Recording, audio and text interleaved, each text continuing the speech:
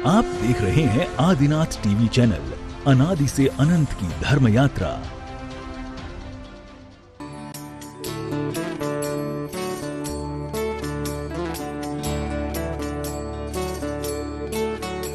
इस कार्यक्रम के पुण्यार्जक हैं श्री कंवरलाल जी महावीर प्रसाद जी, पाटनी, मदनगंज, किशनगढ़, राजस्थान।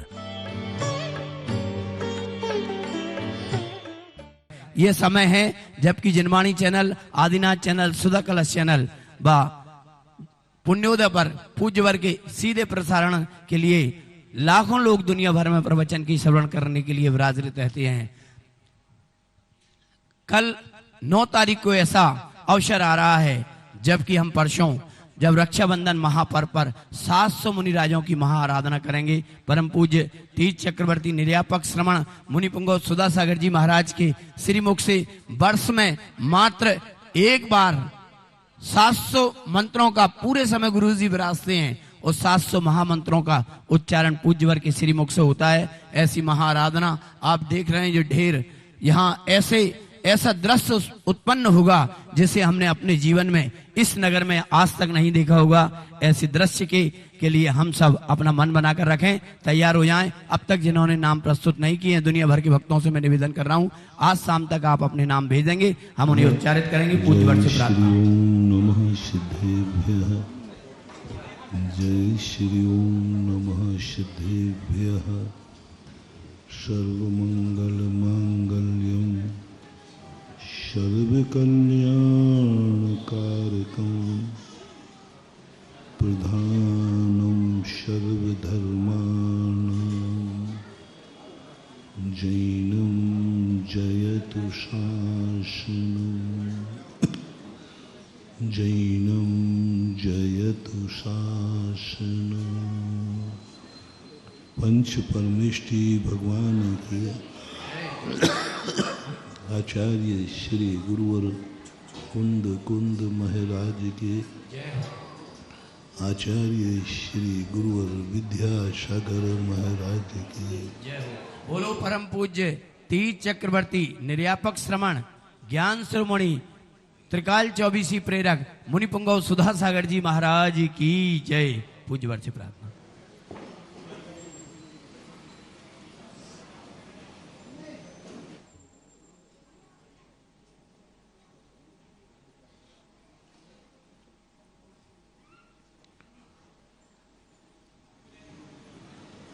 कितने भी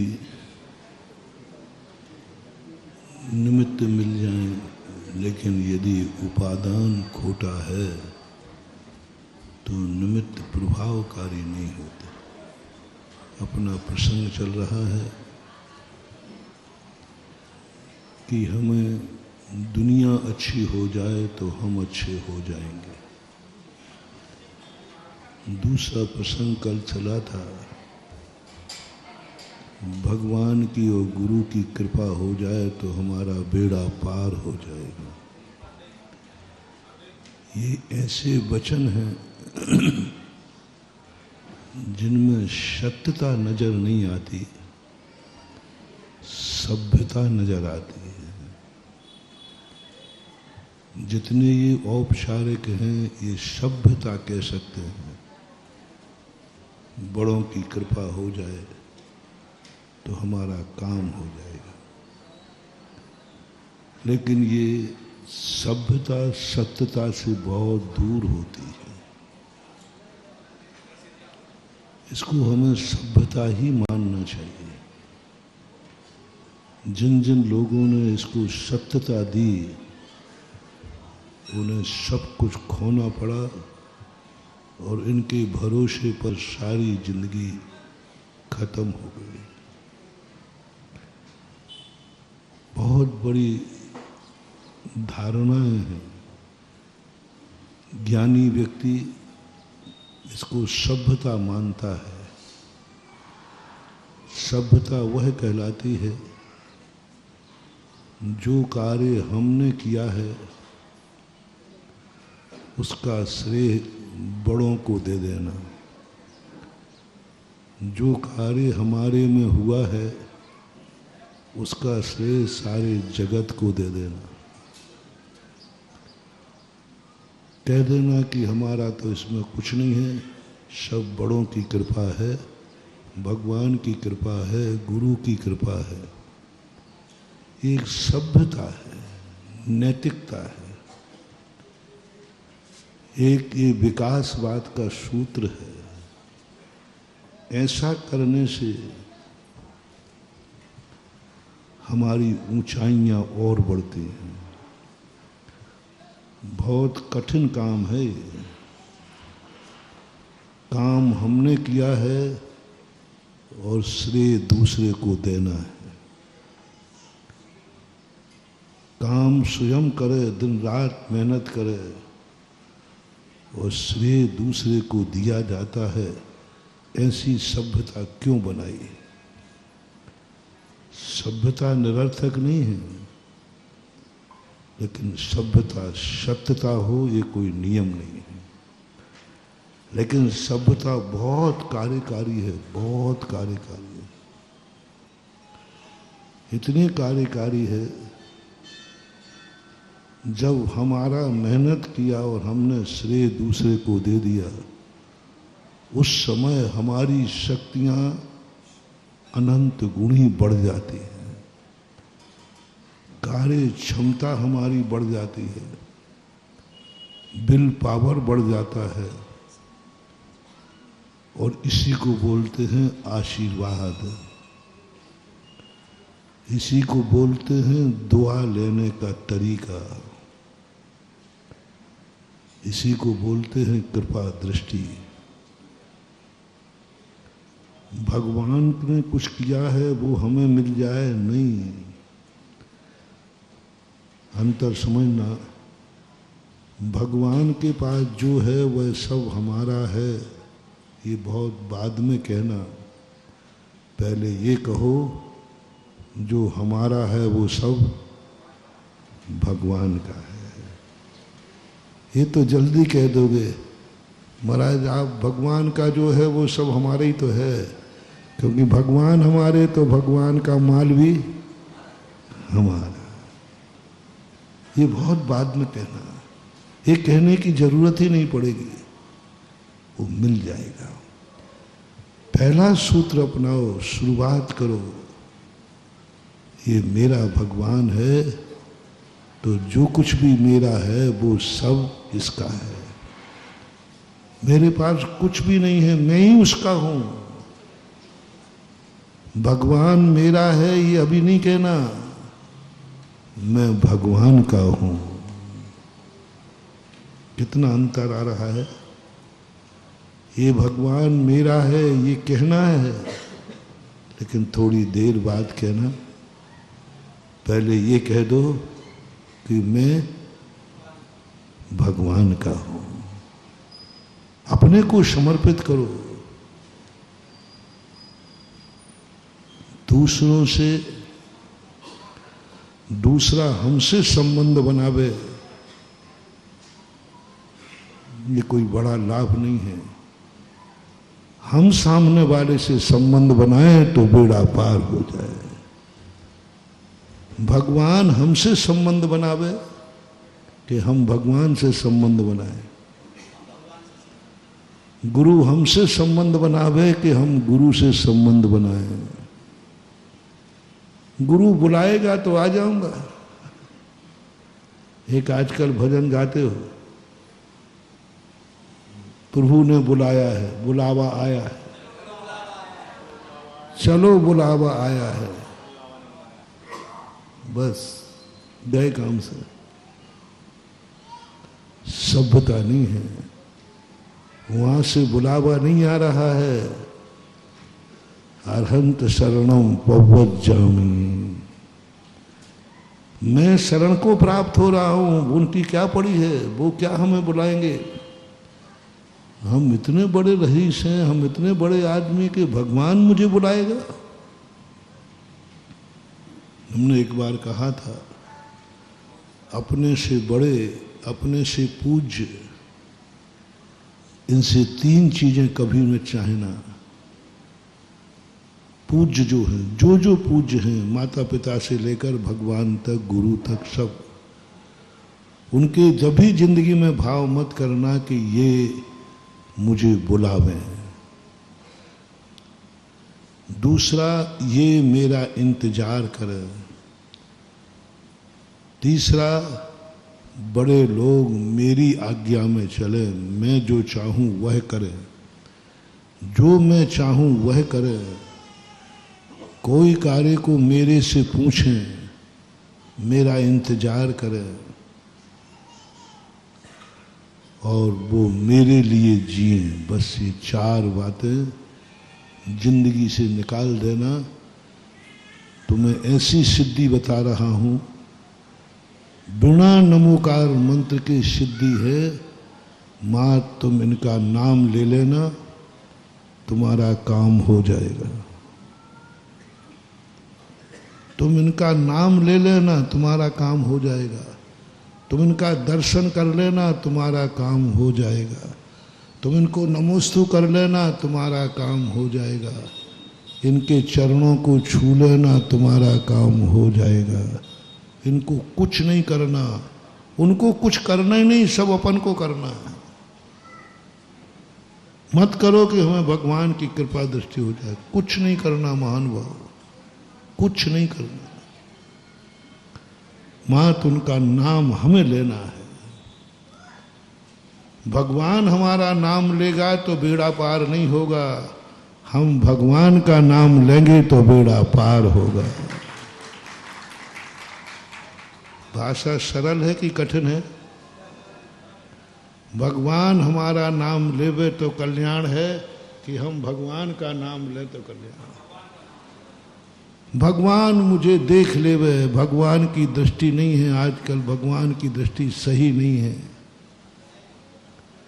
हे अज्ञानी भोले प्राणी, भगवान के देखने से हमारा कल्याण नहीं होगा। वो तो त्रिकाल देख रहे हैं। 24 जिस दिन से भगवान बने 24 घंटे वो उनके ज्ञान में हम झलक रहे हैं। 24 घंटे वो या सर्वाणि चराचराणि विधिवत द्रव्याणि तेषां गुणान पर्यायानपि भूत भाव भवता सर्वान् सदा सर्वदा जानीते गुपत प्रतीक्षण मितः सर्वज्ञ इत्युच्यते। सकल गेय ज्ञायक तदपि निजानंद रसलीन सो जनेन्द्र जयवंत नित हरि रज रहस्य विलीन। सकल गेय ज्ञायक तदपि, वो तो सबको जानना है। हमारा आज तक कल्याण हुआ, अनंत भव हो गए, अनंत अनंत भव हो गए। अनंत अनंत भगवान हमें जान रहे हैं 24 घंटे, कुछ प्रभाव नहीं पड़ा।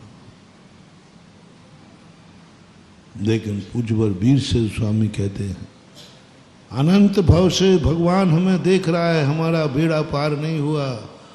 और एक बार तू भगवान को देख ले तो निधत्त निकाचित कर्मों का क्षय हो जाए। भगवान को दर्शन देने मत जाओ, भगवान के दर्शन करने जाओ। भगवान से कहो, मत कहो कि भगवान थोड़ा आंख उठा के देख ले, बहुत परेशान हूं, बहुत परेशान हूं। हे भगवान थोड़ी दृष्टि डाल ले, कुछ नहीं होगा। इसलिए जैन धर्म के अंदर एक बहुत बड़ी, जैन दर्शन के अनुसार मूर्ति में बहुत लॉजिक है, बहुत लॉजिक है। दुनिया के भगवानों की आंख खुले हुए भगवान होते हैं, जो भक्त को देख रहे हैं, भक्त को देख रहे। मां दुनिया में भी दिगंबर जैन ओनली, कि भगवान की मूर्ति होती है कि वो नासा दृष्टि होती है, वो किसी को नहीं देख रही। कितना सबक दिया जा रहा है। भगवान नहीं देखेंगे, देखने की जरूरत भी नहीं है, और हम देखेंगे। दोनों तरफ से देखना होगा, तो दोनों आंखें यदि मिल गई तो कहते आंख लड़ाना है। इसकी आंख से आंख मिल गई, इससे आंख से आंख लड़ गई। बोलते जाओ ना, तुम्हारी बात मैं बोल रहा हूं। नहीं, हमें क्या मजाल है कि भगवान से हम आंख मिलाएं? क्या मजाल है कि हम भगवान से आंख लड़ाएं? बड़ों की जब आंख खुले तुम्हारी आंख झुक जाना चाहिए, और बड़ों की आंख झुके तब तुम्हारी आंख खुल जाना चाहिए। बड़े यदि कभी तुम्हें देखें तो उस समय तुम्हारी आंख झुकी हुई होना चाहिए, उठी हुई नहीं। मजाल है कि हिम्मत तुम बड़ों से आंख मिला लो, कभी भूल कर नहीं मिलाना। कभी उनकी आंख तुम्हारे ऊपर उठ जाए, तुम्हारे पलक तुरंत झपक जाना चाहिए। और जब भगवान के बड़ों की आंख झुकी हो तब तुम्हारी आंख खुली होना चाहिए। भगवान की आंख कैसी है? बस चैन दर्शन कहता भगवान तुम मत देखो मुझे। सबक दे रहा कि भगवान नहीं देखेगा, भगवान के देखने से हमारा कल्याण नहीं है। और भक्त गया तो भक्त से क्या कहा? दृष्ट्वा भवंत मणिमेष विलोक नियम नान्यत्र तोष मुपया। कितनी बड़ी बात कही। भगवान देख नहीं रहा और भक्त से कहा बस यही मौका है, अभी भगवान देख नहीं रहा, तू देख ले जी भर के। भगवान नहीं देख रहा है, भगवान देखेगा तो तू देख नहीं पाएगा। तेरी आंखों में इतनी दम नहीं है कि तू भगवान से अपनी आंख से आंख मिला ले। देख ले जब तक इनकी आंख झुकी हुई है, जब तक इनकी नासा दृष्टि है तब तक तू कैसे देख? अनिमेष दृष्टा भवंत मनिमेष विलोकनीयम। अनिमेष पलक मत झपका देख, क्योंकि भगवान की आंख झुकी हुई है। और जिस समय हम झुकी हुई आंख को अपनी अनिमेष आंखों से देखते हैं, उसी समय हमारे अनंत पापों का क्षय हो जाता है, पुण्य का भंडार भर जाता है। इसलिए उनके देखने से कुछ नहीं होना, हमें देखना है, हमें नाम लेना है। भगवान हमें छू लेंगे। आजकल बड़ी परंपरा चल रही है, महाराज थोड़ा छू लो ना हाथ से। मैं छू लेता हूं, कोई ठीक है। हिम्मत हो तो भगवान से कहो भगवान मुझे छू लो। वो हाथ पे हाथ रखे, मैं नहीं छूंगा, मेरे छूने से तेरा कल्याण नहीं होगा, और तू मेरे चरण भी छू लेगा तो तेरा बेड़ा पार हो जाएगा। चरण तो छोड़ो, चरण जहां रखे जाएं उस चरणों की धूल को भी छू लेगा तो भी। वस्तुतः तुम लोग बहुत गलती करते हो, महाराज के चरण छूते हो। चरण से ज्यादा एक और ताकतवान है, चरणों में कुछ नहीं है। चरणों में वो ताकत नहीं है, चरणों से निकले हुए जो जल है ना, उसमें ताकत है, उसमें ताकत है। त्वदपाद पंकज रजो मृत दिग्ध देहा। हे भगवान, आपके चरणों से व्यक्ति का बेड़ा पार हो गया। ऐसा कई विचार दर्शनों में आता है कि भगवान का चरण रख गया तो पाषाण भी नारी बन गया, ऐसा कुछ आता है। छू लिया पाषाण को तो वो तर गया। जैन दर्शन के भगवान का एक कदम और आगे है। बोले भगवान नहीं छुएंगे, भगवान को छूने वाले जो रज है ना, उस रज को लगा लेना, तेरा सारा दूर हो जाएगा। रज सबसे ज्यादा। शिखर जी में भगवान के चरण नहीं है, भगवान के चरण चिन्ह है। जहां भगवान ने चरण रखा था वो स्थान चरणों से भी ज्यादा पूज्य है। वो स्थान बहुत पूज्य है, चरणों से भी ज्यादा ताकत उसमें है जहां भगवान ने चरण रखे थे। इसलिए चरण, जितने सिद्ध क्षेत्रों में चरण चिन्ह बनते हैं, इसी प्रकार महाराज के चरणों में वो ताकत नहीं है। महाराज के चरण जहां पड़ जाएं वो धूल भान है, वो धूल है। पद पाद पंकज रजोमृत दिग्देहा, आपके चरणों से मकरध्वज नहीं हुआ है, आपकी चरणों की रज से हुआ है, रज से हुआ है। और वो रज इतनी महत्वपूर्ण हो जाती है, उस रज को छू लो। पैर पड़ने में तो महाराज के गिरने की संभावना है, उनकी गति रुक जाएगी, लेकिन वो निकल जाए जहां उनने पैर रखा है, उस स्थान को छू लो तो चरणों से भी ज्यादा ताकत होती है। उसमें महाराज को भी खतरा नहीं, महाराज की गति में कोई खतरा नहीं वहां, और तुम्हारे लिए सबसे ज्यादा शक्ति मिल जाएगी। इसलिए भगवान हमें नहीं छूगे, और छू भी लेंगे। ऐसा आता है कि 6 महीने 8 समय में 608 जीव मोक्ष जाते हैं। मान लीजिए सभी ने समुद्घात किया तो 6 महीने में 608 आते हैं, तो एक दिन में कितने हुए? लगभग 3 भगवान हमें एक दिन में 3 भगवान हमें छूते हैं अधिकतम। एक दिन में 3 भगवान छूते हमें। केवली भगवान, अरहंत भगवान मोक्ष जाने के पहले वे सारे संसार को छू करके जाते हैं। सभी नहीं, कुछ। 6 कितनी बड़ी चीज। 3 भगवान पूरे संसार को छू के जाते, नरकों को भी छू के जाते, निगोद को भी छू के जाते, सबको छू के जाते हैं। कौन शुद्ध हुआ? कौन शुद्ध हुआ? कहां शुद्ध हुए? और तूने यदि भगवान को छू लिया तो जन्म जन्म की कालिमा धुल जाती है। त्वाम स्वीय कलमश गणोन्मथ नाय देव शुद्धोदकई रभिनयामि महाभिषेकम।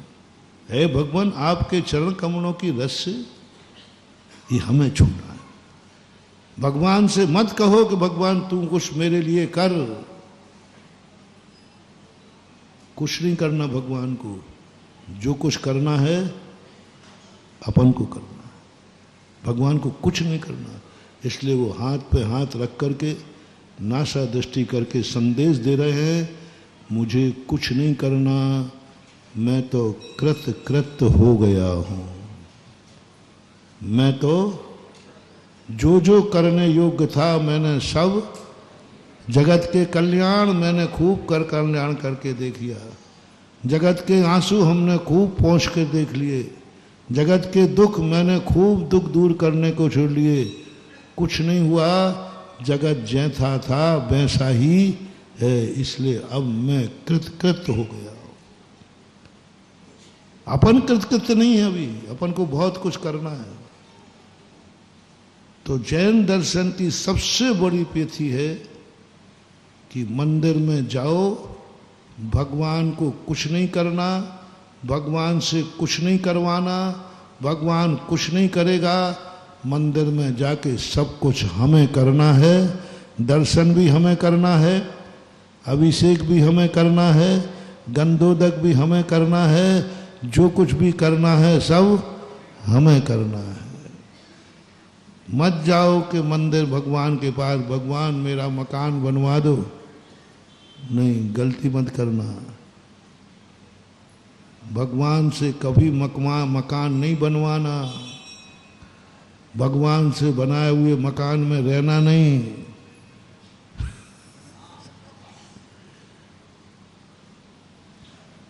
भगवान से मकान नहीं बनवाना है, अपन को भगवान का मंदिर बनाना है। कितना अंतर है?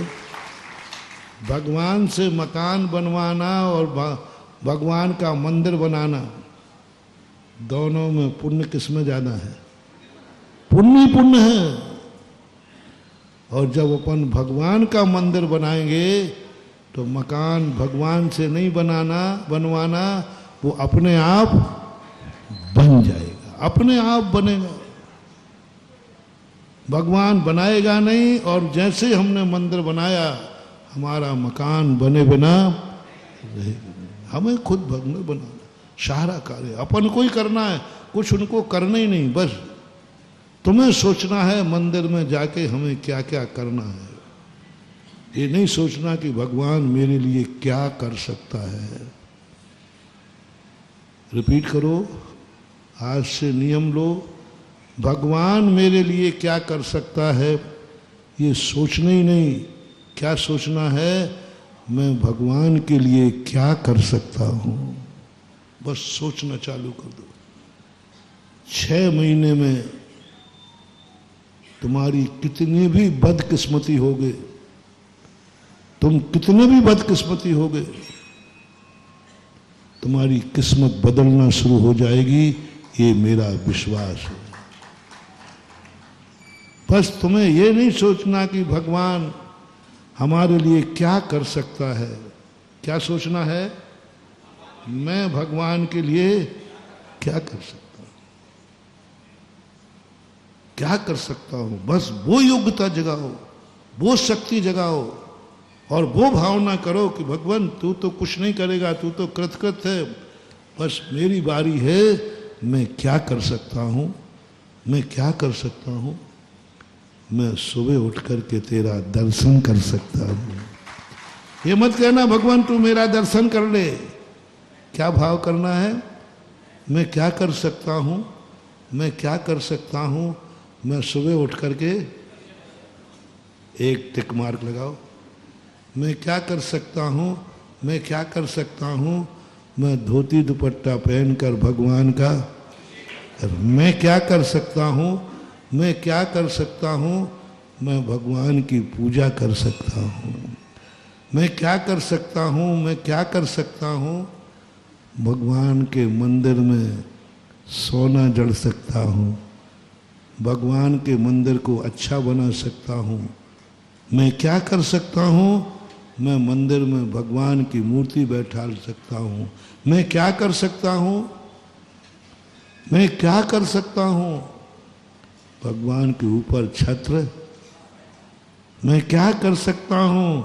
मैं भगवान के लिए छबर ढूंढ। मैं क्या कर सकता हूं? बस एक ही धुन, बस कुछ नहीं। बहुत बड़ा मोटिवेशन। बस मंदिर में जाते ही बस एक ही धुन लगाओ, मैं क्या कर सकता हूं, मैं क्या कर सकता हूं। मैं माला फेर सकता हूं। मैं क्या कर सकता हूं? भगवान तेरी जिनवाणी को पढ़ सकता हूं। मैं क्या कर सकता हूं? जो तूने बोला है उसको मैं पढ़ सकता हूं। मैं क्या कर सकता हूं? जो तूने कहा है वैसा मैं अपनी जिंदगी बना सकता हूं। मैं क्या कर सकता हूं? जो तूने कहा था, जो तूने चाहा था कि मेरा भक्त कैसा हो, मैं वैसा बन सकता हूं। बस 6 महीने कर लो महानुभाव, और ये भी 6 महीने कर लो। भगवान मेरे लिए क्या कर सकता है, दोनों ही कर लेना, कोई बात नहीं। एक जने वो कर लेंगे, एक जने ये कर लेना, दोनों जने कर लेना। भगवान मेरे लिए क्या कर सकता है? भगवान मेरा मकान बना सकता है, भगवान मेरा दुकान चला सकता है, भगवान मेरे बच्चे को ठीक कर सकता है। और हमें याद नहीं आता जरा, वो लिस्ट तुम्हारी बात बहुत लंबी है। भगवान क्या क्या कर सकता है, यदि आपसे लिस्ट मांगी जाए तो आप कहें महाराज रुको थोड़ा, हम परिवार की मीटिंग और कर लें। इतना तुम लिस्ट बनाओगे कुछ पूछो ही नहीं। ये तुम करते रहे, भगवान मेरे किस काम आ सकता है, भगवान मेरे लिए क्या कर सकता है, भगवान मुझे देख लेवे, भगवान मेरे लिए कुछ तो करे, भगवान मुझे छू लेवे। ये सब बातें तुम 6 महीने कर लेना, आप जिस ऊंचाई पे हो उससे ग्राफ नीचे आ जाएगा। और जो पहले हमने बताया वो कर लेना, धूल में पड़े हुए को वो चूल पे पहुंचा देगा उसका पुण्य। यही भक्ति है। आज भक्ति विकृत हो गई। वास्तविक रूप से भक्ति का रूप देखना है तो हनुमान जी को देखो। 24 घंटे हनुमान क्या सोचते थे? बोलो ना, मैं राम के लिए, बोलो, आप लोगों ने सबने पढ़ा? एक बार भी बताओ आपने बजरंग बली का चरित्र, प्राय सभी अपने भारतीय दर्शनों में आता है, जैन में भी है, वैष्णव में भी है, सब में है। बजरंग बली के संबंध में एक पॉइंट बताओ कहीं लिखा हो भगवान मेरे लिए क्या कर सकता है, ये बजरंग बली ने कब सोचा है? याद करो, कोई बात नहीं, अपन तो सब याद करो।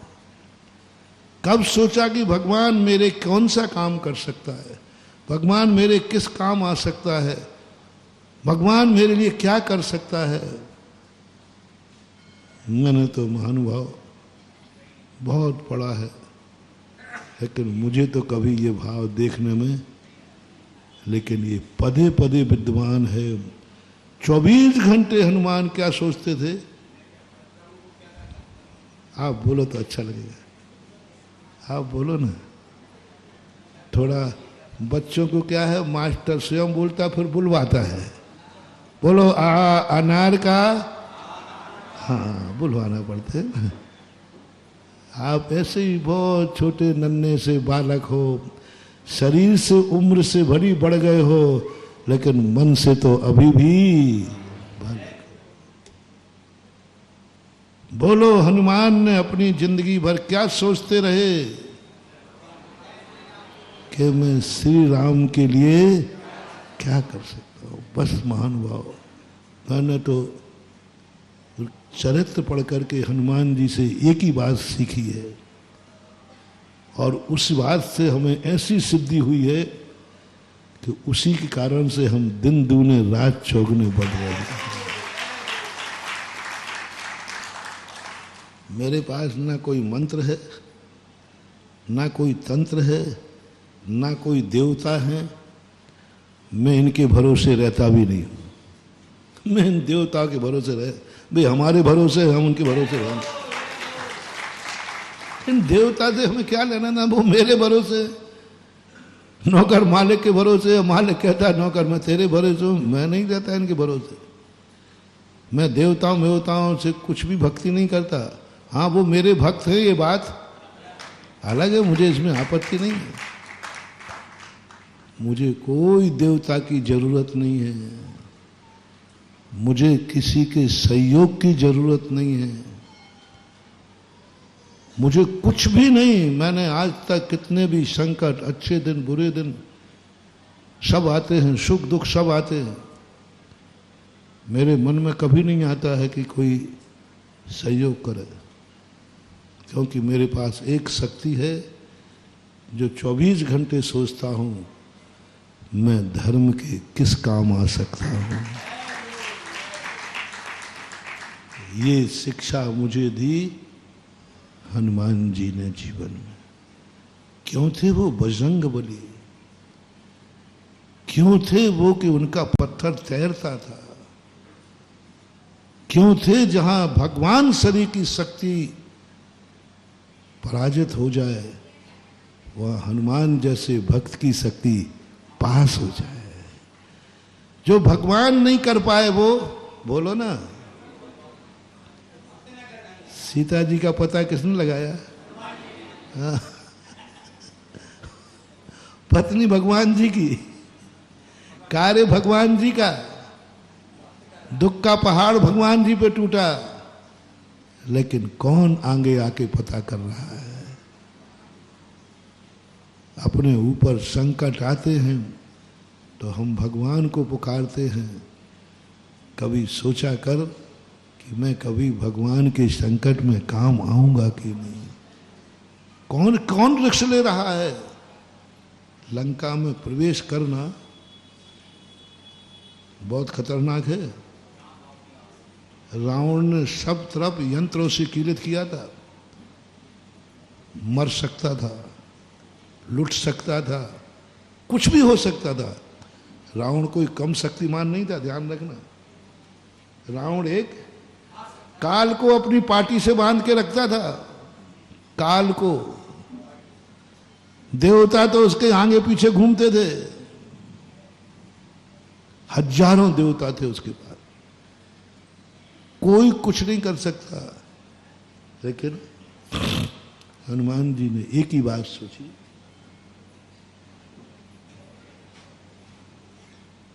मैं श्री राम के किस काम आ सकता हूं,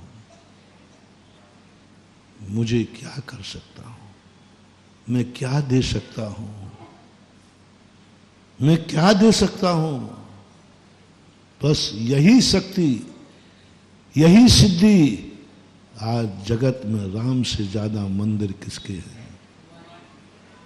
बोलो, चिंता नहीं करो, डरो मत, भगवान नाराज नहीं होंगे, चिंता नहीं करो। भगवान तो यही तो चाहता है, हर बाप अपने बेटे को पीछे देखना चाहता है कि अपने से भी आगे। मुझे पता नहीं अशोकनगर के बाप कैसे हैं। आप अपने बेटे को सब चीज में यदि आपसे आगे निकल जाए तो, धन में, दौलत में, ज्ञान में, हुकूमत में, इज्जत में, तो तुम्हें ईर्ष्या होगी कि खुशी? खुशी हो, यदि असली बाप होगे तो खुशी होगी कि ओहो मेरा बेटा, जो मैं नहीं कर पाया मेरे बेटे ने कर दिया, जो इज्जत मैं नहीं कमाया मेरे बेटे ने कमाया, जो धन मैंने नहीं कमाया वो बेटे ने कमाया, जो ज्ञान मेरे पास नहीं है वो मेरे बेटे के पास है। आदिनाथ ऋषभ देव को ज्ञान को देखकर कहते थे, मैंने कितने पुण्य किए, मैंने कितने पुण्य किए कि मेरा हर क्षेत्र में मेरा बेटा एक कदम आगे है, एक कदम आगे। ऐसे ही भगवान होते हैं रे। सच्चा भगवान अपना भक्त यदि उनसे आगे निकल जाए तो ईर्ष्या नहीं करता।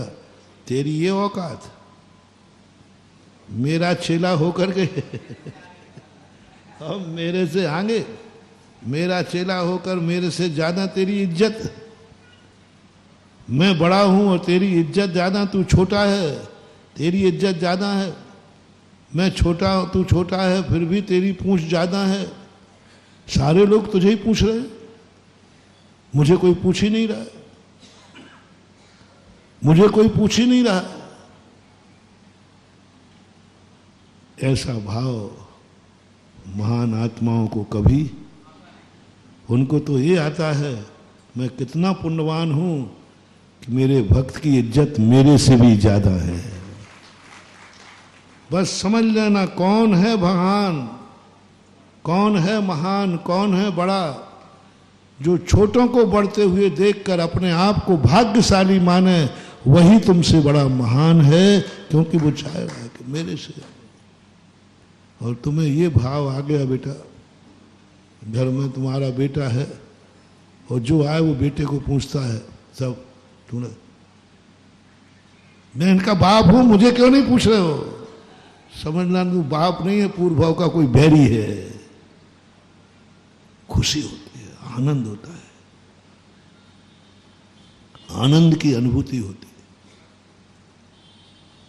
और यही श्री राम के लिए क्या बात है। आनंद से झूमते थे कि मेरे भक्त में मेरे से ज्यादा ताकत। और हनुमान ने कभी अवभाग्य नहीं माना, कभी ये भाव नहीं किया कि मुझे राम से क्या मिला है, बता दो, बता दो भैया।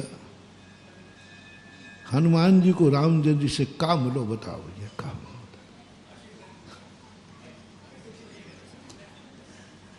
और बेटा तुम मेरे भक्त तो सुनो, तुम्हें थोड़े से कुछ नहीं मिला तो भैया महाराज के पास जाके क्या करेंगे? उसे तो आशीर्वाद तक नहीं मिलता। घंटों बाहर खड़े रहो, भीड़ के धक्का खाओ, और महाराज ने आशीर्वाद तक नहीं दिया। मैं कुछ गलत तो नहीं बोल रहा हूं? आता है कि नहीं? आशीर्वाद तक नहीं दिया, तुम लेने आते हो। यही तुम्हारी जिंदगी का सबसे बड़ा हिरास है, इसी में तुम्हारा पुण्य क्षय को होता है। मेरा सिद्धांत मानो तो गुरुओं के पास, माँ बाप के पास, भगवान के पास कभी आशीर्वाद लेने भी मत जाना। लेने का त्याग करो, मुझे कुछ नहीं चाहिए, आशीर्वाद लेने नहीं जाना। ये बहुत गंदी परंपरा है। कहाँ जा रहे हो? बोल दो ना।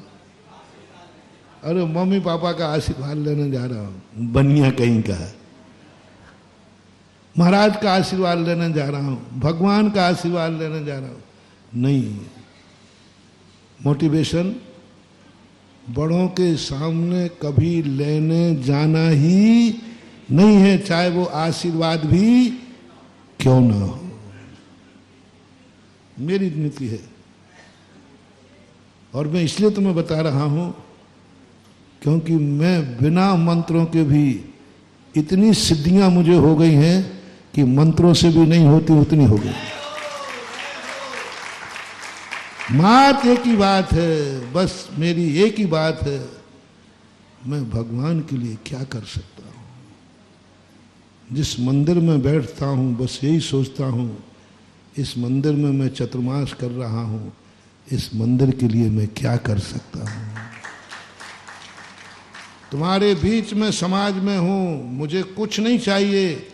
आज तक मेरे मन में भाव नहीं आया है अशोक नगर मेरे किस काम में आएगा, क्या काम का है।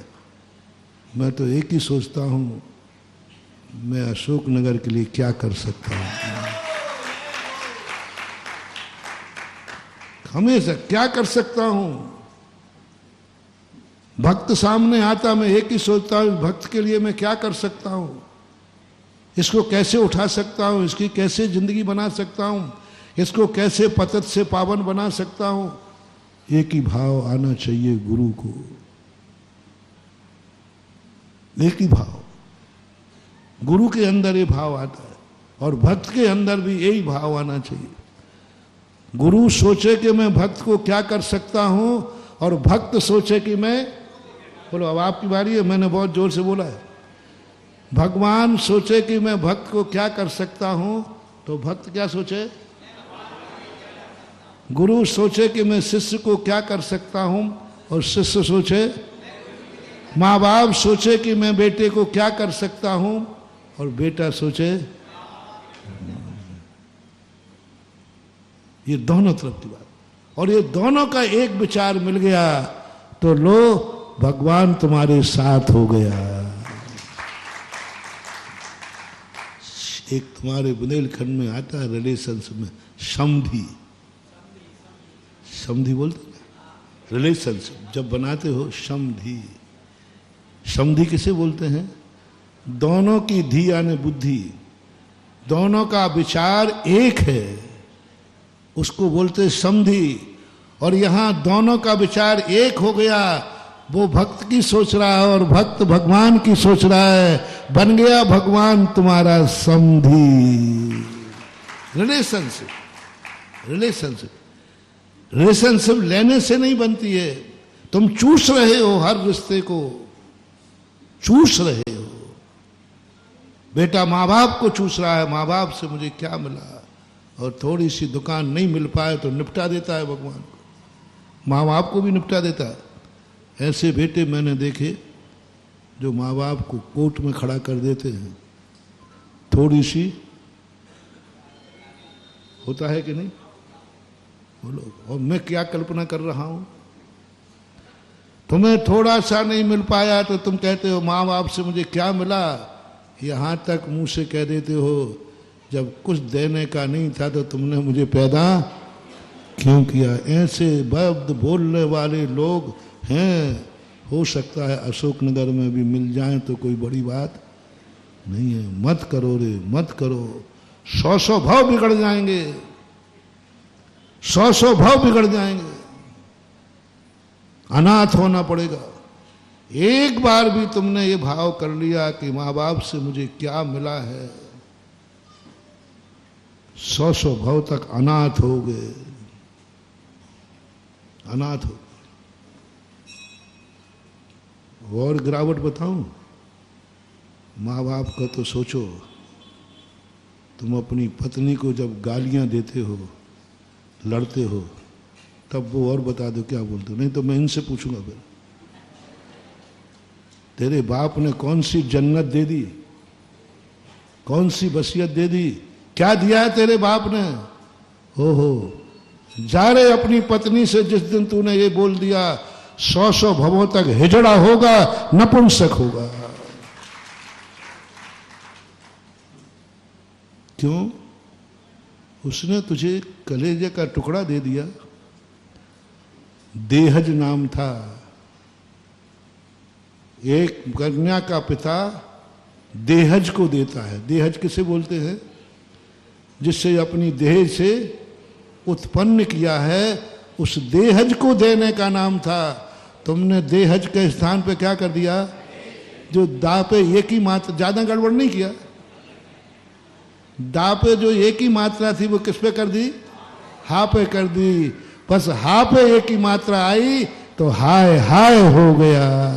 देहज शब्द था, तुमने उसका नाम दहेज कर लिया। अरे ये बोल, मुझे क्या नहीं दिया तेरे बाप ने? एक जीवंत कलेजे का टुकड़ा दिया है, जो आज मेरे कुल को बढ़ाएगी, जो आज पत्नी है कल माँ बनेगी।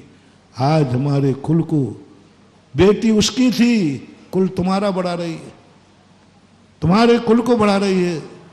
कभी भूल करके नहीं करना महानुभाव। यदि कह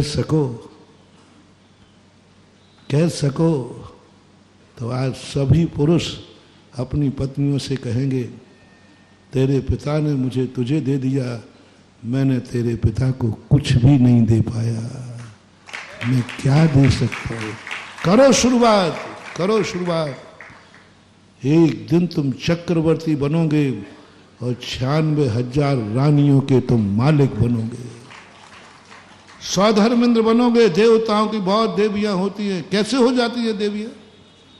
कैसे चक्रवर्ती की 96,000 देवियां थी? कुछ नहीं बंधु, कोई माला नहीं है, कोई जाप नहीं है।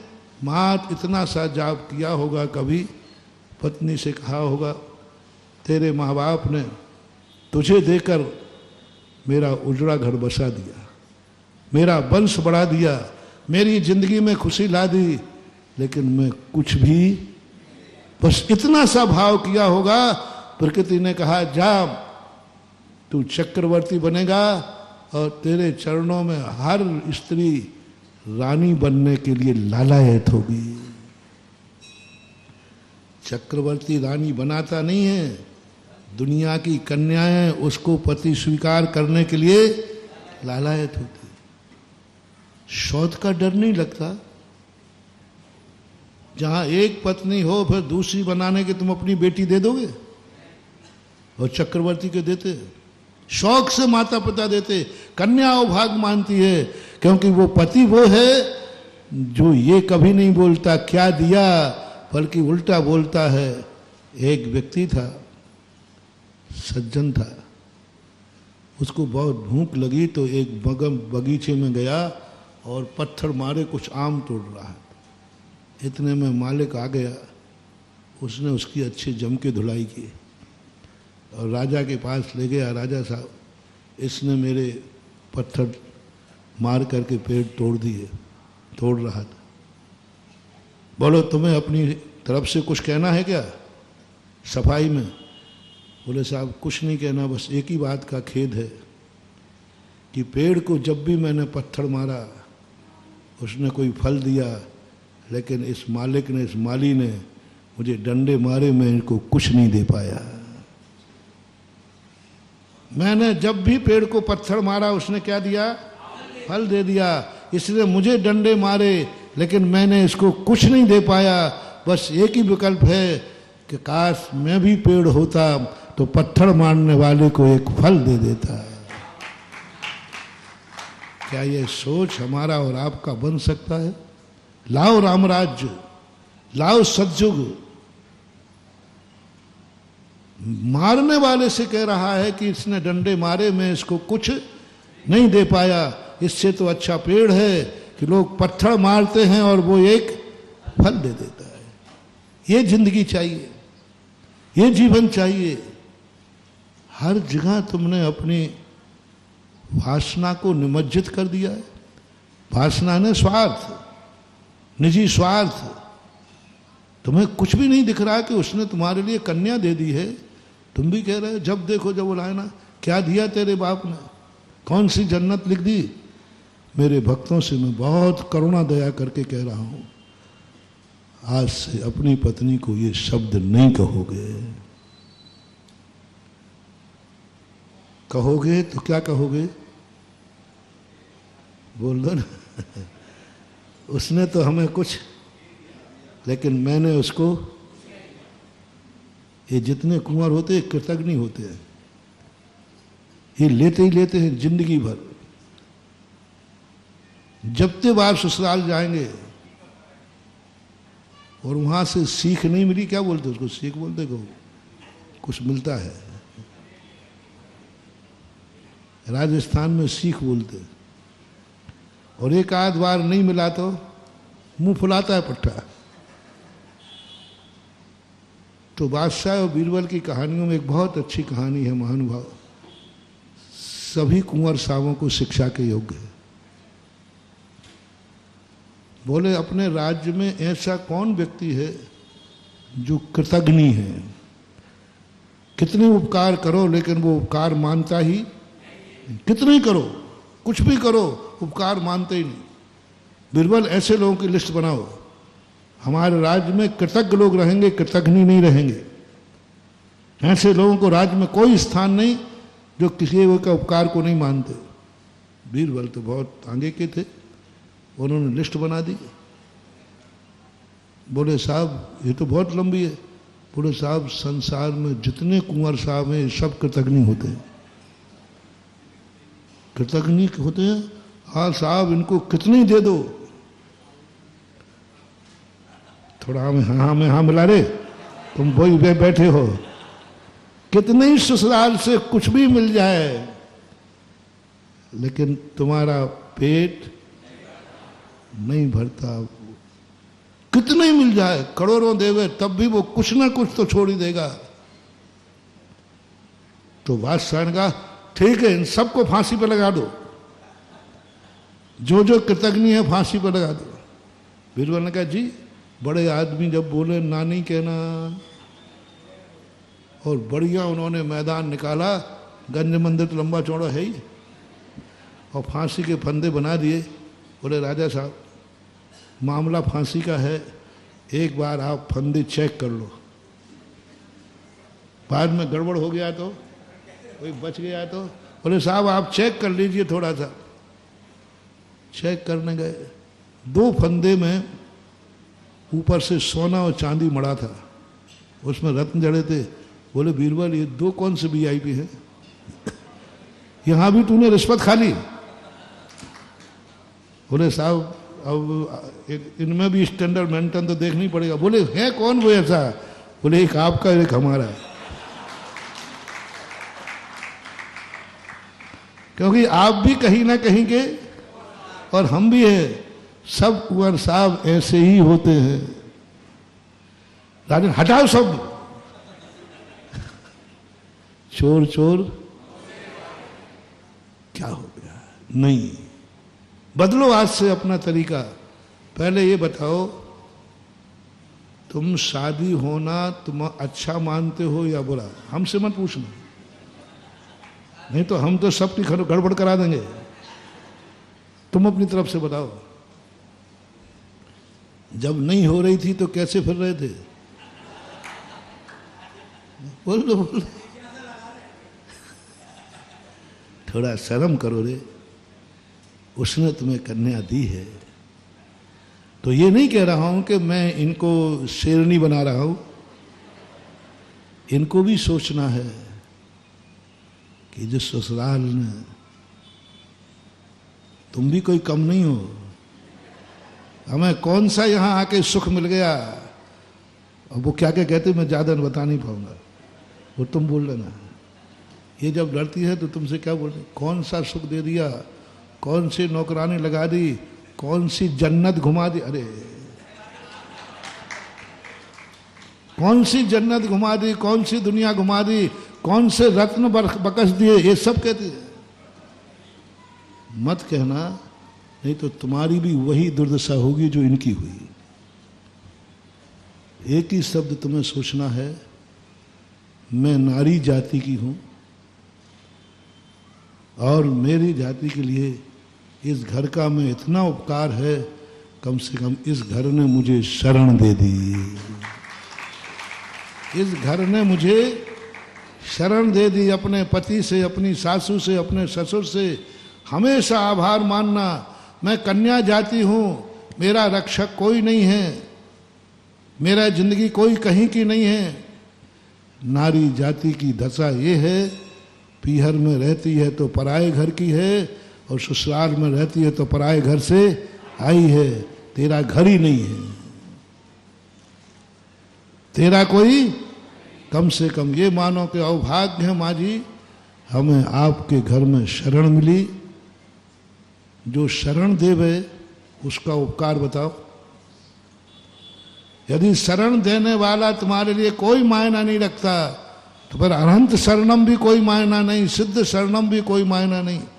नीति कही है, जो व्यक्ति शरण दे देता है उसी का नाम भगवान होता है। भगवान किसे कहते हैं भैया?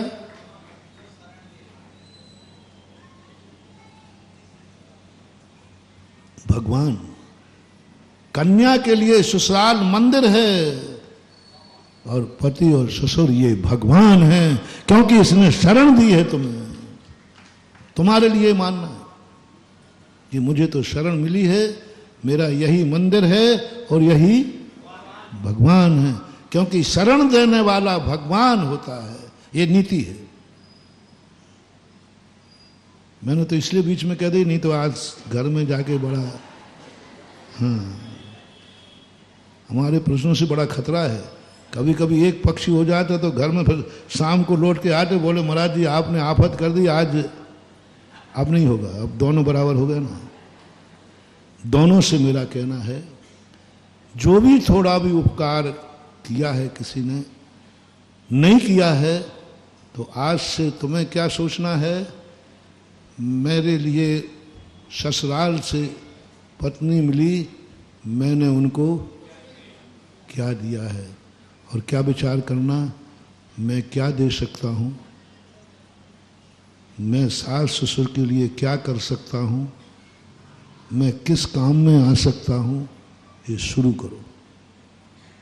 आप इस घर ने मुझे, बोलो क्या कहा, अब आप बोलो, इस घर ने मुझे शरण दी है, इस घर के लिए मैं क्या कर सकती हूँ, इस घर के लिए मैं किस काम में आ सकती हूँ, इस घर के लिए मैं स्वर्ग बना सकूँ तो बना दूँ, मैं क्या कर सकती हूँ, इस घर ने मुझे शरण दी है। मैं अपरिचित थी, मुझे कोई परिचय नहीं था, उन्होंने अंदर प्रवेश करा दिया घर में। बोलो, अपरिचित व्यक्ति को घर में प्रवेश कराना चाहिए क्या? नहीं। और बोलो, हर कन्या अपरिचित है कि परिचित? अपरिचित। और अपरिचित ने तुम्हें शरण दे दी, देखो तो तुम्हारे ऊपर कितना विश्वास है, कितना विश्वास है। जिस घर में प्रवेश कोई अपरिचित नहीं कर सकता, उस घर में तुम्हें प्रवेश मिल गया है, फिर भी तुम घर को नरक बना रही हो, फिर भी घर को झगड़ा कर रही हो, फिर भी तुम्हारे मन में बुरे भाव आ रहे हैं, फिर भी तुम्हारे मन में बहुत उल्टा सीधे भाव आते। नहीं, मेरी भक्तनों से कहना है, या तो शादी करो मत, सीधी प्रतिभा स्थली चले जाओ, और शादी करना है तो ससुराल को मंदिर मानना और वहां के लोगों को भगवान मानना, यही तुम्हारे लिए उपदेश है। और आदेश मानो तो कोई आपत्ति नहीं है। इसलिए पति परमेश्वर शब्द बोलते ना, शायद ऐसा कुछ आता है। क्यों बोलते? मैंने सब परमेश्वर क्यों बोला? ये गुटखा खाने वाले को परमेश्वर बोल रहे, बताओ। हाँ, मैंने कही ये तो ऐसी परमेश्वर, पति परमेश्वर होता है, पति। बहुत दिनों तक ये बात मुझे समझ में नहीं आई। जब मैंने नीतियां पढ़ रहा था, उस नीति के अंतर्गत आया जो शरण देता है वही भगवान होता है, और कन्या को शरण मिली है, आपका मंदिर है, वो मंदिर में शरण ली जाती है। आपके परिवार के लोग वो परमेश्वर उन्होंने शरण दी है, और आपको क्या करना है? तुम्हारे जीवन में किसी ने उपकार किया है तो आज से ये मत सोचना कि हमें क्या मिला है। आपको क्या सोचना है? बोलो, मैंने ससुराल को मैं क्या कर सकता हूँ, मैं किस काम में आ सकता हूँ, मेरा तन, मेरा मन, मेरा धन, जो कुछ भी काम आ सके उस पर सोचो। एक तुम्हें लोक व्यवहार की, क्योंकि परमार्थ के साथ साथ मैं थोड़ा संसार भी सुधारता हूँ। उसका मूल कारण है ये मंदिर कितने भी हम शुद्ध रखें, लेकिन मंदिर में आने वाले रास्ते गंदे होंगे तो मंदिर शुद्ध नहीं रह पाएगा। इसलिए मैं रास्ते सुधारता हूँ। मंदिर में आने वाला घर से आता है, यदि घर अशुद्ध है और अशुद्ध व्यक्ति मंदिर में आएगा तो मंदिर भी अशुद्ध हो जाएगा। मंदिर शुद्ध रखना है तो घर को शुद्ध करना पड़ेगा। मंदिर शुद्ध रखना है तो आने वाले रास्ते भी शुद्ध रखना पड़ेगा, नहीं तो रास्ते में अशुद्धि हो जाएगी। जैन दर्शन का सबसे बड़ा सोच था, पूजन की थाली शुद्ध रखना है, पूजा शुद्ध रखना है तो भोजन की थाली भी शुद्ध कराओ। भोजन की थाली अशुद्ध है, मांस है, अंडे हैं, सब है, ऐसा व्यक्ति आकर पूजन करेगा तो मंदिर का अतिशय खत्म, पूजा खत्म, भगवान की प्रतिष्ठा खत्म हो जाएगी। इसलिए उन्होंने कहा मंदिर की थाली की पूजा कराने के पहले उसकी भोजन की थाली सुधारो कि वो क्या खा रहा है। अभिषेक के लोटे में जल है, ये बारे बाद में सोचना। एक बोतल पीकर आगने वाला व्यक्ति अभिषेक करेगा तो क्या होगा, आप बताओ। एक बोतल पी के आया है और वो व्यक्ति भगवान का अभिषेक कर रहा है, बोलो मंदिर की प्रतिष्ठा रहेगी? अभिषेक का फल रहेगा?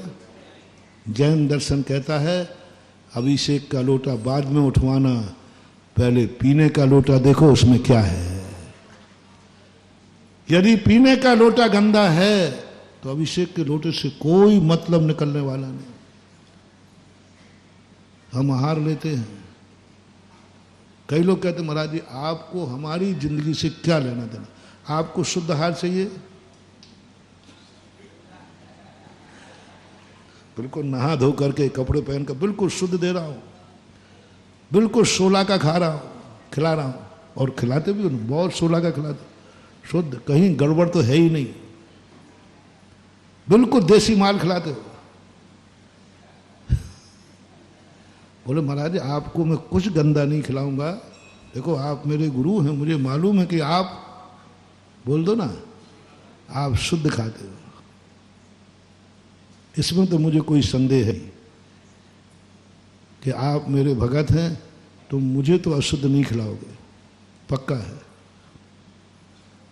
पक्का है, विश्वास है, पूरा है। लेकिन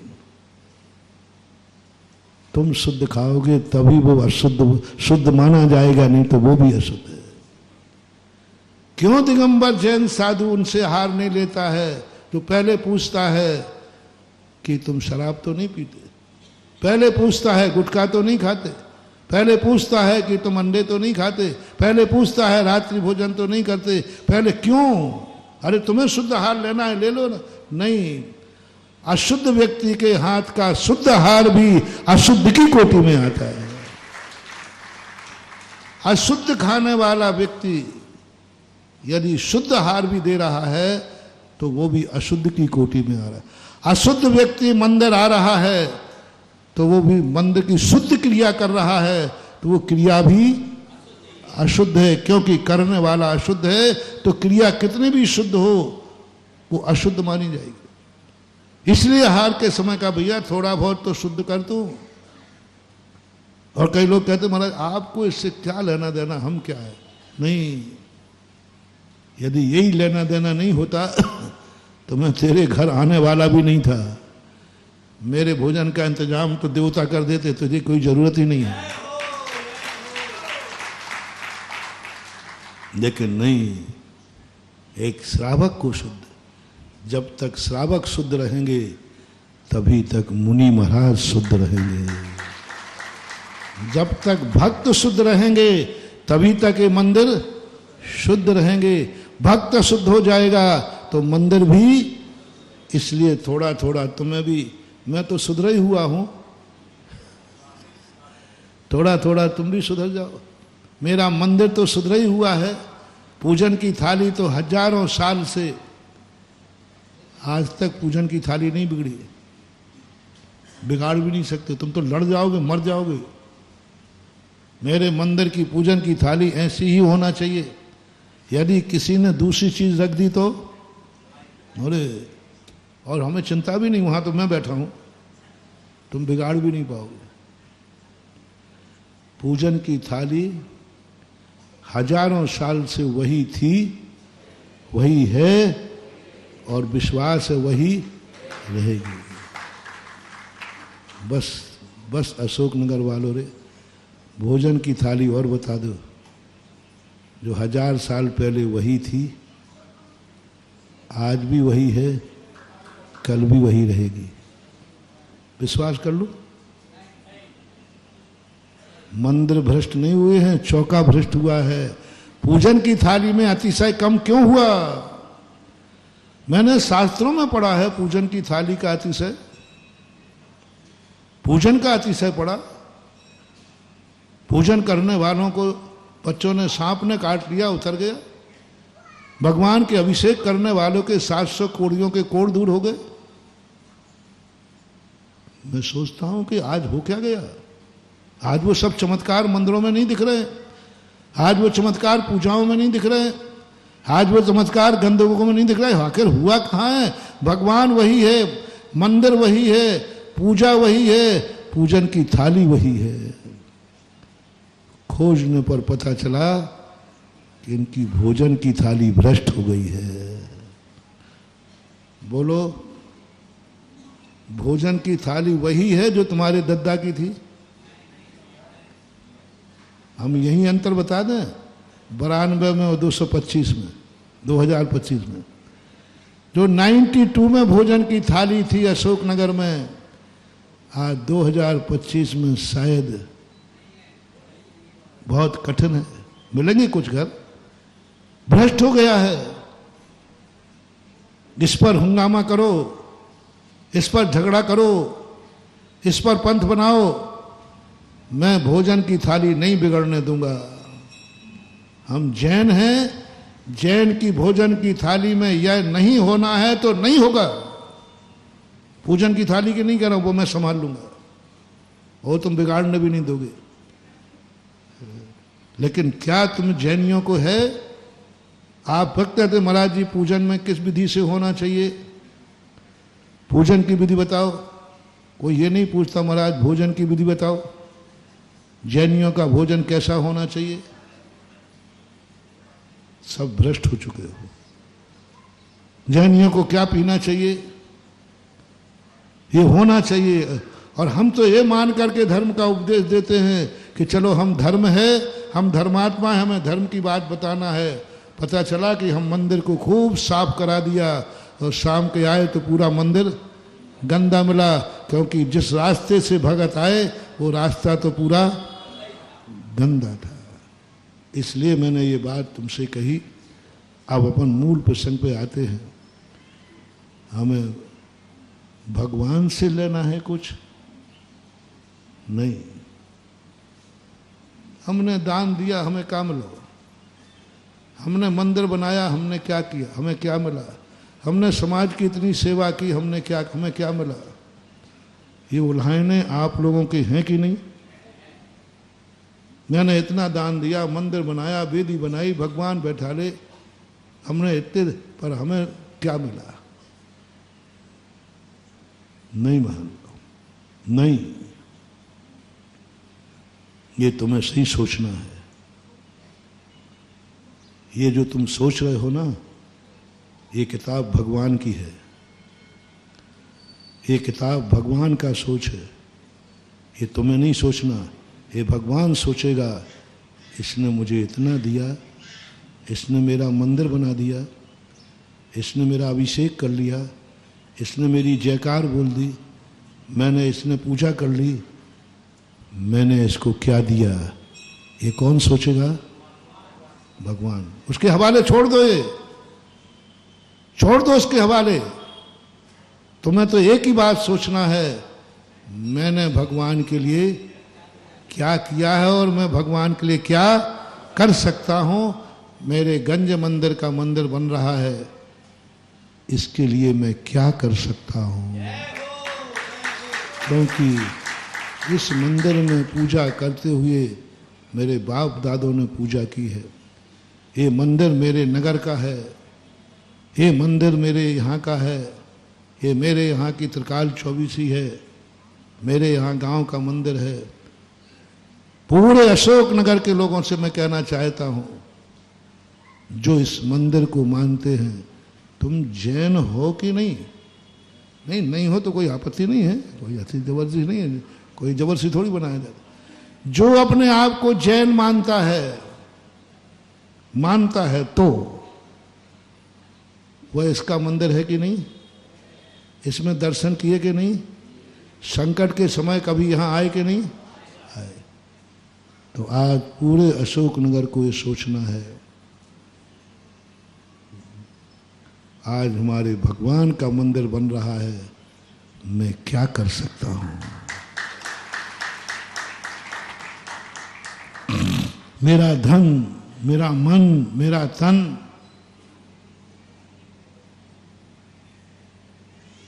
क्या चाहिए मंदिर को? बस एक ही बात की चर्चा करो, अपना मंदिर बन रहा है, अपने भगवान का मंदिर बन रहा है, अपन क्या कर सकते हैं? घर में मीटिंग करो, माँ बेटों से कहे, बेटा माँ से कहे, बच्चे कहें, परिवार कहें, हम क्या कर सकते हैं? मंदिर बन रहा है। 50 साल के बाद मंदिर का नवीनीकरण हो रहा है, हम क्या कर सकते हैं?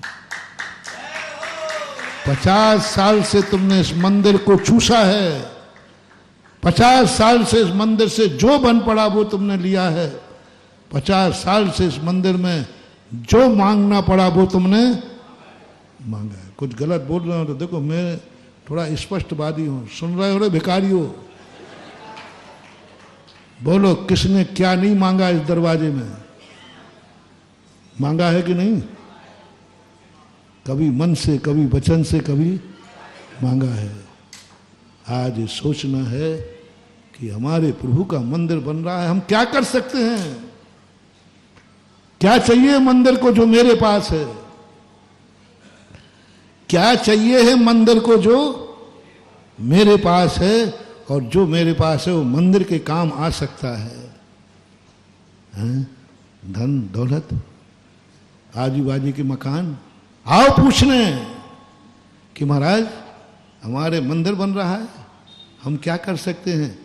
यदि हमारा मकान लगा हुआ है, इस मंदिर के काम आए तो मैं दे सकता हूं, सड़क पे आ सकता हूं। भगवान में तेरे लिए मकान, तेरे लिए, ना जाने कर्मों ने तुझे कितने बार सड़कों पे लाए। पाप के कारण पांडव भी सड़कों पे आए। इंद्रप्रस्थ के महाराजा थे, पांडव कहाँ के थे? इंद्रप्रस्थ है ना, इंद्रप्रस्थ के मालिक थे। और एक जुआ के कारण कहाँ आना पड़ा? रोड पे आए। कितने शराबी, कितने स्नेक्षी, सारी जायदाद बिक जाती है, रोड पे आ जाते हैं। प्रभु आज मेरा मकान तुम्हारे काम आएगा, आज प्रभु तेरा मंदिर बनेगा, मैं सड़क पे ले लूंगा। कर्मों की मार से तो ना जाने कितने भव फुटपाथ पे बेचारे बिताए, आज धर्म के कारण मैं फुटपाथ पर रहने को तैयार हूं। है कोई माई का लाल ऐसा? बातें करते हो दुनिया भर की, भगवान भगवान, हाँ फोड़ो कान भगवान के। कभी किसी है कोई माई का लाल कि मेरा मकान मैं फुटपाथ पे आ जाऊंगा भगवान तेरे लिए? बल्कि बहुत खेद के साथ कहना पड़ता है कि लोग मंदिर को हड़पना की बात करते हैं। मंदिर की जमीन मिल जाए, मंदिर का मकान मिल जाए, मंदिर की दुकान मिल जाए तो तुम चूकोगे नहीं। बल्कि ऐसे लोग देखे हमने कि मंदिर की दुकान 50 रुपये में लेते हैं, उनकी खुद की दुकान है, दूसरे को 5,000 में देते हैं। मंदिर को 50 रुपया ही दे दें ये मुश्किल है, और उस दुकान से क्या कमा रहे हैं? जिस मकान मंदिर को कमा के देना चाहिए थे उस मंदिर की दुकान से कमा रहे हैं। बोलो दुनिया में ऐसे लोग हैं कि नहीं? कि मैं अंदाज से बोल रहा हूं। जो मंदिर की दुकान से, एक वो था जिसने दान दी थी, एक वो है जो कब्जा करके मंदिर को तो 50 देता है और स्वयं कितना कमाता है? 5,000।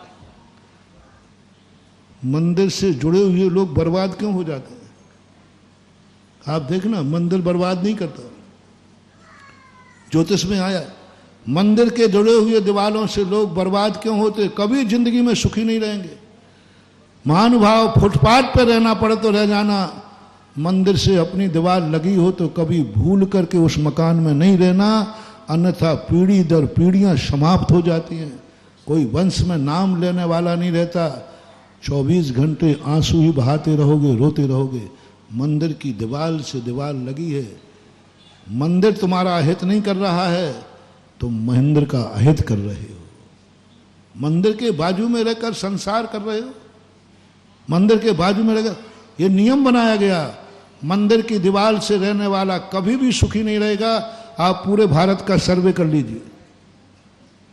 तो भगवान अहित करते हैं? नहीं, तुम भगवान का हित करते हो, क्योंकि तुम घर गृहस्थी तो गृहस्थी के हिसाब से चलती है और मंदिर नहीं। भूल करके नहीं लाना। मंदिर से लगा हुआ मकान फोकट में भी देवे कोई, और बल्कि अंग्रेजों जैसा ऊपर से पैसा और देवे कि भाई ये मकान ले ले, पैसा और ले ले, तो भी मत लेना। मंदिर से लगा हुआ मकान नहीं लेना।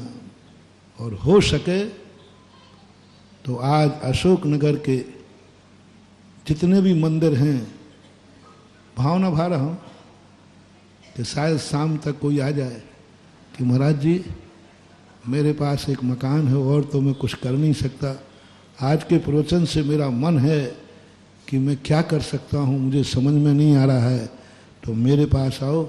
तो मैं पूछूंगा तेरे पास क्या है? बोले महाराज एक ठोल मकान है। तो बुझ हो, यदि मेरा मकान मंदिर के काम आता है तो मैं फुटपाथ पे आने को तैयार हूं। ऐसा भगत जिस दिन आ जाएगा उसी दिन इन मंदिर में देवता आ जाएंगे और अतिशय बरसेगा, और यही मूर्ति तुम्हारे लिए।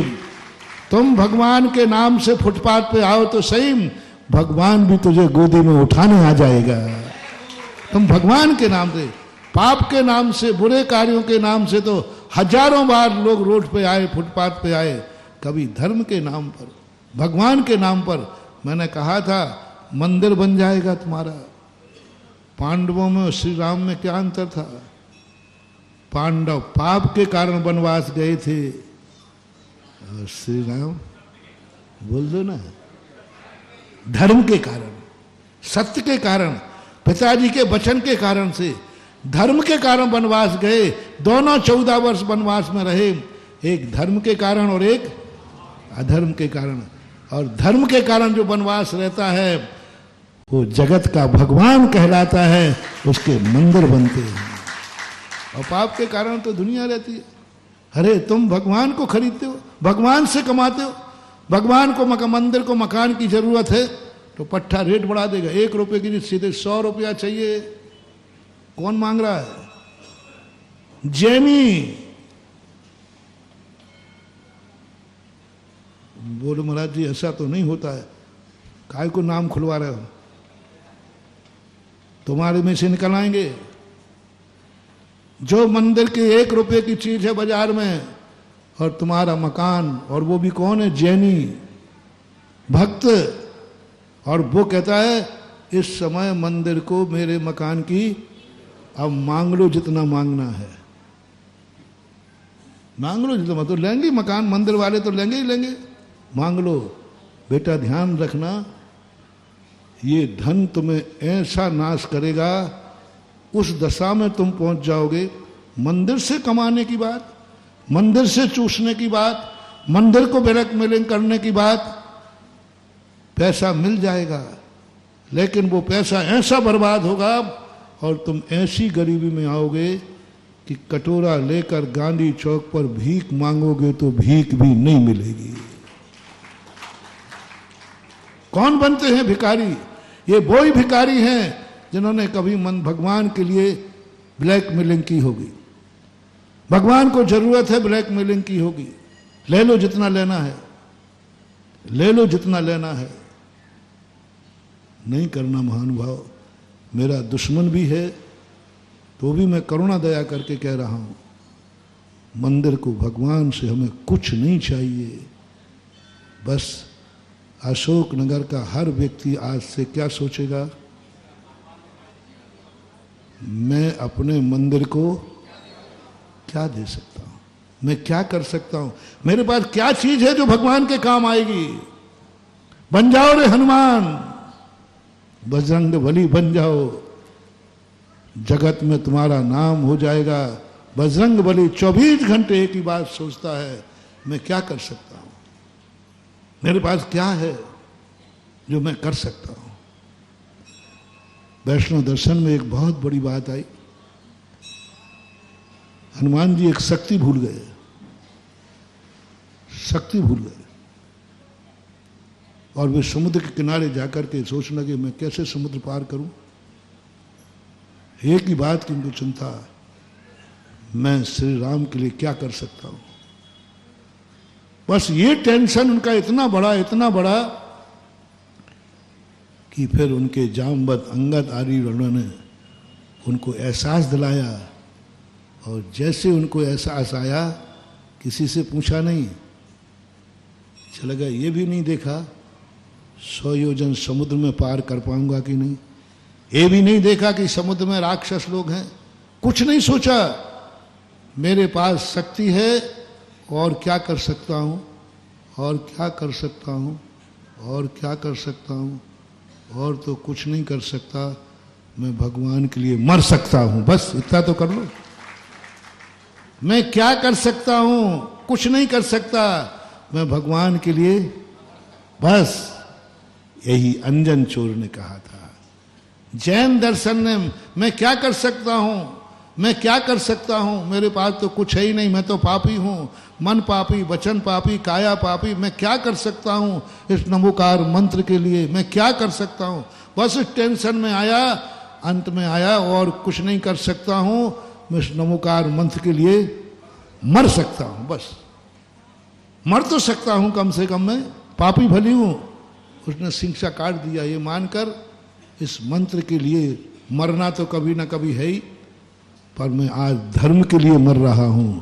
देवताओं ने आकर साध लिया, क्या कर सकते हो। और तुम्हारा तीर्थ क्षेत्र कौन सा है? हैं? तुम्हारा है? तुम्हारे बाप का है? नहीं, कहो कहो क्या बात है? और जोर से करो थोड़ा सा, वो टेप हो रहा है। यदि तुमने थोबन क्षेत्र को अपना मानते हो, अपना मानते हो कि ये मेरा क्षेत्र है, तो बस आज से सोचना शुरू कर दो, इस क्षेत्र के लिए मैं क्या कर सकता हूं।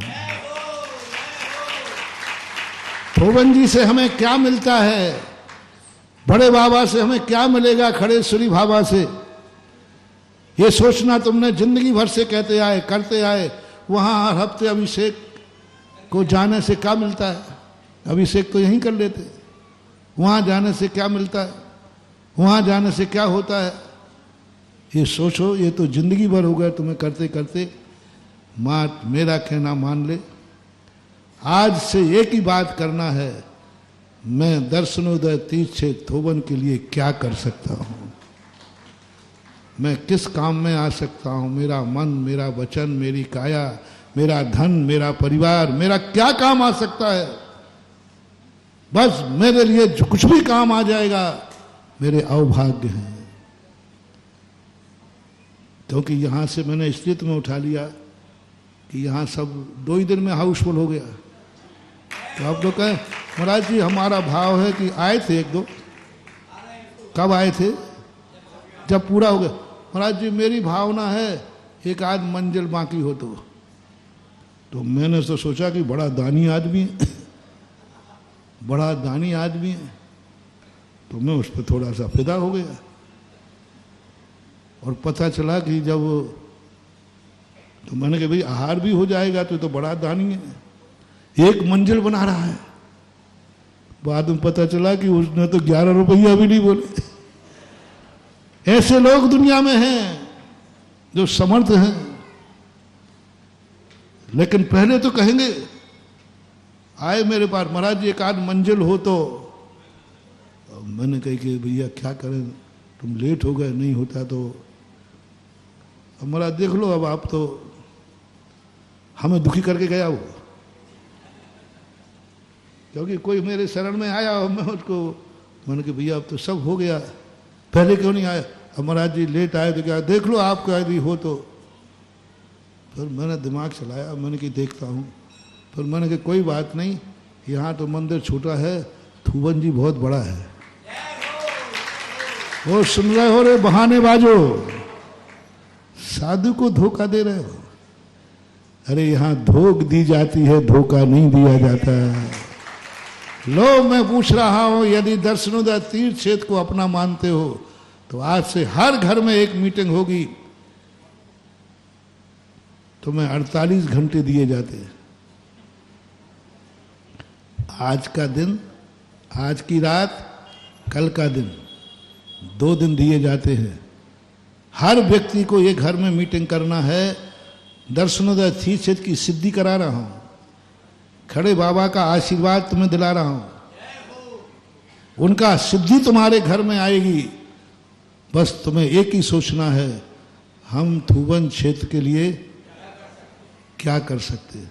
मेरे पास ऐसी क्या चीज है जो दर्शनोदय तीर्थ क्षेत्र के काम आएगी। बस ये तुम 2 दिन में सोच लो। परसों यहां मार्केट खुलने वाला है थूबन जी का, परसों थूबन जी का ड्रा खुलने वाला है। परसों वो ऐसे ही लुट जाएगा जैसे ये लुटा है। महाराज हम तो लुटने के बाद ही आएंगे। परसों खुलने, परसों रक्षाबंधन है सर, परसों रक्षाबंधन है, श्रावण की पूर्णमासी है। परसों दर्शनोदय तीर्थ क्षेत्र थूबन जी का ड्रा खुलने वाला है, मार्केट खुलेगा। आज वो विज्ञापन में छपता ना, एक दिन अच्छी जो कंपनियां होती एक दिन खाली पेज छोड़ देती हैं, तो लोग सोचते हैं खाली क्यों, दूसरे दिन उस पर कुछ छप के आता है। ऐसे ही आज हमने ब्लैंक छोड़ दिया। कौन क्या छोड़ दिया? दर्शनोदय थूबन क्षेत्र के लिए तुम क्या कर सकते हो, तुम क्या काम में आ सकते हो, तुम्हारा तन, तुम्हारा धन, तुम्हारा मन क्या है तुम्हारे पास जो दर्शनोदय के काम आ सकता है। बस ये तुम शुरुआत करो और रक्षाबंधन के दिन मैं आदिनाथ भगवान से तुम्हारी रक्षा कराने की सिफारिश करूंगा। मैं सिफारिश करूंगा भगवान, आज रक्षाबंधन के लिए सारा अशोक नगर और आसपास के लोग ये सोच के आए हैं कि थोबन जी क्षेत्र मेरे किस काम आएगा। ये नहीं सोचा, क्या सोचा है, मैं थोबन जी के लिए किस काम आ सकता हूं, मेरा धन किस काम आ सकता है। यदि थोबन जी के काम आता है तो मैं तैयार हूं। ऐसा भावना आप करिए। आज बहुत बहुत महत्वपूर्ण बातें आई, सीधी सीधी, खरी खरी।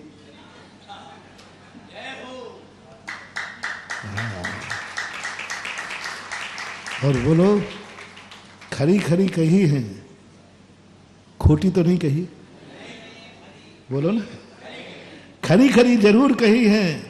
लेकिन बेटा खोटी नहीं कही। यदि सत्य कड़वा भी हो तो देने में भी नहीं चूकना, लेने भी नहीं चूकना, खरी खरी हो, चोखी होना चाहिए। आज बहुत सारी बातें महानुभाव, जिंदगी बदलो। आज भी अतिशय हम, आज भी चमत्कार हैं। बस रामचंद्र जी तो आज भी हैं, आज भी हैं, आ सकते हैं। मैंने पूछ लिया था, रामचंद्र जी कहते मैं आने को तैयार हूं, पर हनुमान तो बताओ कहाँ हैं। हनुमान नहीं है, रामचंद्र जी कहते हैं मैं दुनिया में। इस कार्यक्रम के पुण्यार्जक थे श्री कंवरलाल जी महावीर प्रसाद जी, पाटनी, मदनगंज, किशनगढ़, राजस्थान।